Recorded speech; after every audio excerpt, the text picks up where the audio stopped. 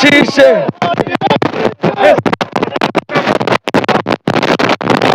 আমাদের শেরপুর ধুনুট পাস সিরাজ ভাইয়ের ধানের শীষ মার্কা বিপুল ভোটে শেরপুর এবং ধুনুটে জয় হবে এবং আমরা সবাই ধানের শীষ মার্কায় 12 তারিখ সারাদিন ধানের শীষে ভোট দিন এবং আমরা ব্যাপক ভোটে ইনশাআল্লাহ শেরপুর ধুনুট পাশে আমরা লক্ষাধিক ভোটে ধানের শীষে জয় ছিনিয়ে নিয়ে আসবো। সাধারণ মানুষ ধানের শীষে ভোট দিবে।